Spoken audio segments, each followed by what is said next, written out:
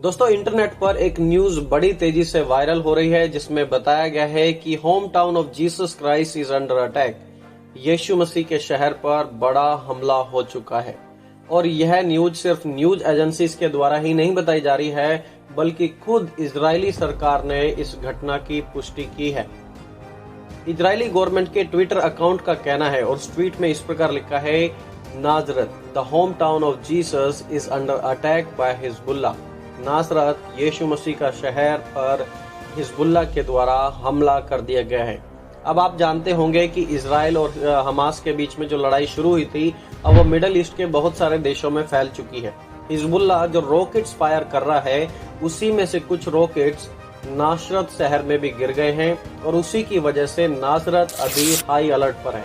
Israeli government ने नासरत की एक वीडियो भी शेयर की है अपने ट्विटर अकाउंट पर, और जहां पे उन्होंने इस पूरी घटना के बारे में बताया है।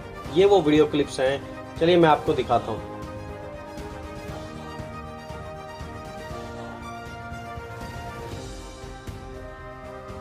इस वीडियो क्लिप में आप देख पा रहे होंगे कि नासरत में एक बड़े एरिया में आग लगी है, काफी सारे लोगों को नुकसान भी हुआ है और क्योंकि मिसाइल्स वहां पर गिरी थी तो उसकी वजह से लोकल लोगों में काफी अफरा तफरी मच गई और लोग फिलहाल इधर उधर हो चुके हैं। और जो मिसाइल्स हिजबुल्लाह के द्वारा छोड़ी गई थी, उन्हीं में से एक मिसाइल को इजरायली डिफेंस सिस्टम ने इंटरसेप्ट कर दिया था और ये वो मिसाइलें हैं। तो इसके द्वारा आप अनुमान लगा सकते हैं कि कितनी पावरफुल ये मिसाइल्स हैं जो छोड़ी जा रही हैं, और जब ये लोगों के घरों में या आसपास के क्षेत्रों में गिरती होंगी तो कितना भारी नुकसान लोगों को नासरत में हुआ होगा।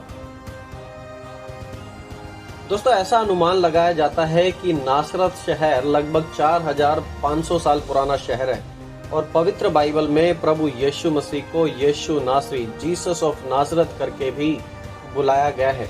और यदि हम पवित्र बाइबल को ध्यान से पढ़ते हैं तो हम देख पाएंगे कि किस प्रकार प्रभु यीशु मसीह का जीवन नासरत के साथ डायरेक्टली और इनडायरेक्टली काफी हद तक जुड़ा हुआ है। फॉर एग्जाम्पल, यीशु मसीह के जन्म के बाद ही यीशु को नासरत में लाया गया था और नासरत में ही प्रभु यीशु मसीह पले बड़े थे।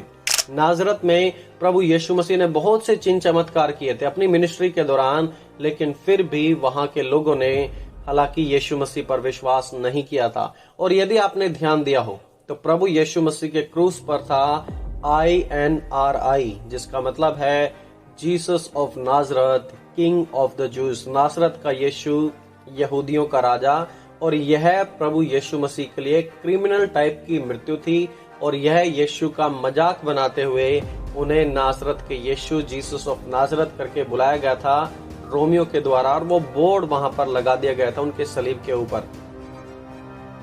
और दोस्तों, यदि मैं इस अटैक से पहले की बात करूं कि नासरत शहर कैसा दिखता है आज, तो आप देख पाएंगे कि एक बहुत ही छोटा शहर है लेकिन बहुत ही खूबसूरत शहर है, जहां पर परमेश्वर के लोग देखे जा सकते हैं, कलीसियाएं देखी जा सकती हैं। और यदि हम नासरत की पॉपुलेशन के बारे में बात करें तो वहां की जो 70% पॉपुलेशन है वो मुस्लिम है और 30% पॉपुलेशन क्रिश्चियन है।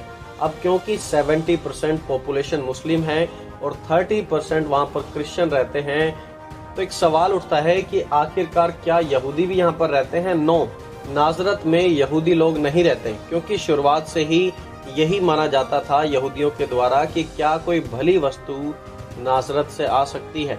यदि पिछले 50 से 60 सालों की बात की जाए और स्टैटिस्टिक को देखा जाए तो पता लगेगा कि पिछले 50 से 60 सालों में नासरत में क्रिश्चियनिटी काफी हद तक घट चुकी है और क्रिश्चियन लोग नासरत को छोड़कर दूसरे स्थानों पर जा रहे हैं और मुस्लिम्स वहां पर लगातार बढ़ते ही जा रहे हैं। और जब मैं इन चीजों को चेक कर रहा था तो दो इसके इम्पोर्टेंट रीजंस हैं। पहली बात, मुस्लिम्स बर्थ रेट, मुसलमान बहुत ही ज्यादा बच्चों को पैदा करते हैं, जिसकी वजह से जो मुस्लिम्स की पॉपुलेशन है वो लगातार बढ़ती ही जा रही है।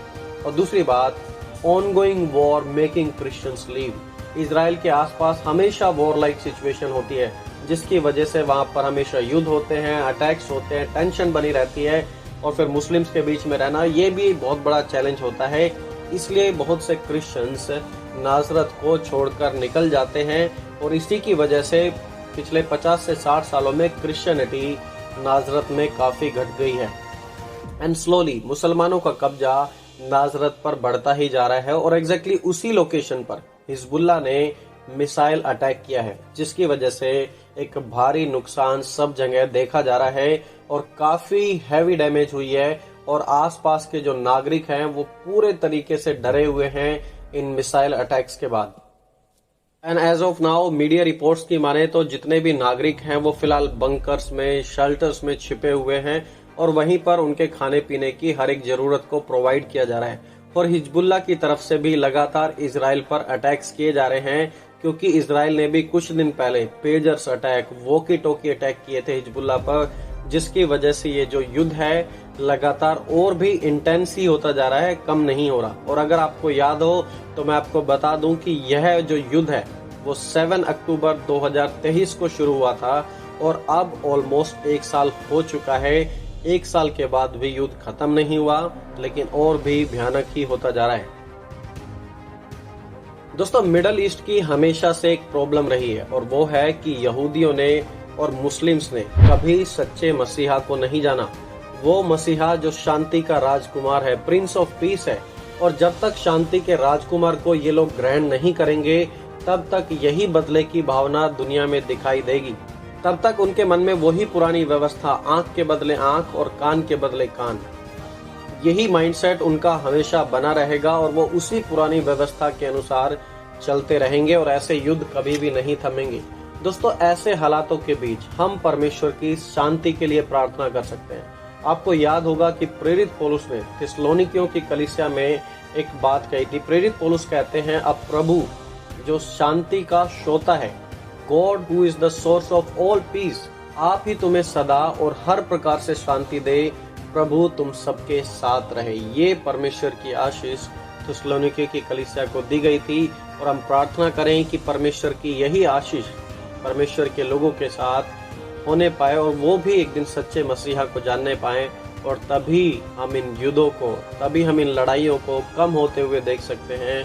अदरवाइज शांति के राजकुमार के बिना दुनिया में अशांति ही फैलती रहेगी।